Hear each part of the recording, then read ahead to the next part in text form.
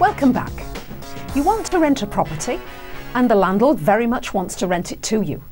In some countries like the US, for example, he's often asking for the first month, last month and a security deposit of 1 month in advance. Many excellent tenants can't afford 3 months in advance. And in this economy, landlords will have to determine whether they want the tenant badly enough to drop the security deposit. In other countries, the law only permits the landlord to take up to 4 weeks as a bond. This gives much more protection to the tenants. In the event of a dispute at the end of the tenancy tribunal makes the ultimate decision about the monies on behalf of the tenant and the landlord. For tenants who live in countries without this legal protection, security deposits or bonds have often been a bone of contention between landlord and tenant. Frequently, landlords take the security deposit and they use it. Then when the time comes for them to return the security deposit, they don't have the money to do so.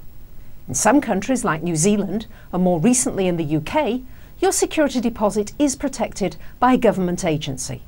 It's not held by your landlord but in a third-party location. But for those of my clients who live in countries where security deposits are not protected by law, I tell them to ask their landlord to put their security deposit into a savings account that bears interest and that the interest would be paid to them either every 3 months, 6 months or annually. One woman from the US had given a security deposit to her landlord, and when the time came for her to move, the landlord was all out of money and he didn't want to pay her. She'd left the house in spotless condition.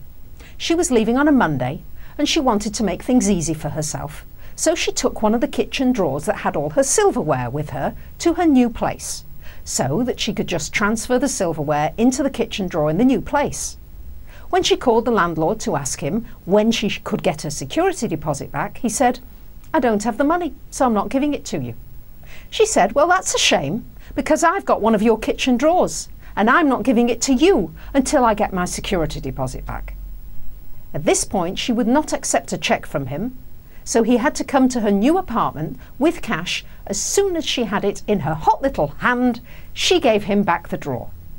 She was one of the lucky ones. Now, most people wouldn't think to take a drawer to their new location as a bargaining tool. And indeed, she didn't take it as a bargaining tool. She took it as a convenience, and she was going to bring it back the very next day. But her apartment had already been rented out to new people, which is why she called the landlord in the first place. Now, I'm going to move on to a very important area, which is renter's insurance. No matter how careful you are, the unexpected can happen. Things get damaged. Homes get broken into and areas can get flooded. Now, none of this is your fault, but that doesn't mean you will not have to pay to fix things. And that's why tenants' home insurance contents is so important. This does not cover the structure of the building. That's your landlord's responsibility. What this does cover is anything and everything that you would have to replace if they were damaged or stolen. You might be better off taking the kind of insurance that has replacement value. So something that was stolen or lost that you got years ago that now costs a great deal more to replace it, such as your furniture, you get the full replacement value rather than the depreciated value of what you paid for it at the time of purchase. For example, I had a tenant in one of my investment properties who was a music student. She had a very expensive clarinet that got damaged from the damp in the property. As the landlord, I was responsible for sorting out the damp. However, I was not responsible for the damage to her instrument. So I had the damp repairs done and she had to spend the money on fixing her clarinet as she didn't have contents insurance. When you're ready to vacate the property, your landlord may want to show it to prospective tenants. So there needs to be a clear understanding when you will allow people to come into the property. Most landlords and agents will want to show the property first thing in the morning or early evening. But if you work odd hours, that needs to be part of the understanding as to when they can show the property so they don't catch you asleep or in the shower or away from home. So to summarise, if your security deposit or bond is not protected by law in your country, try to ensure that your landlord puts it in an interest-bearing savings account with the interest being paid to you. Make sure you have adequate insurance for your belongings. I had a letter from Jane S. from last week's show. She writes, "I found a wonderful property to buy in a great location at a bargain basement price. But it's already got tenants in it. Would you recommend I look for a different deal or should I go ahead with this one?" Well, thank you for your letter.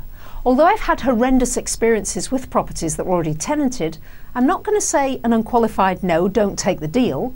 What I would say is that I might be willing to buy the property if the tenant who is living there signs a new lease with me and goes through the same vetting process that any new tenant would have to go through.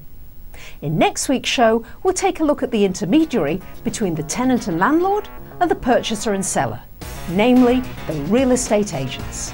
See you next week.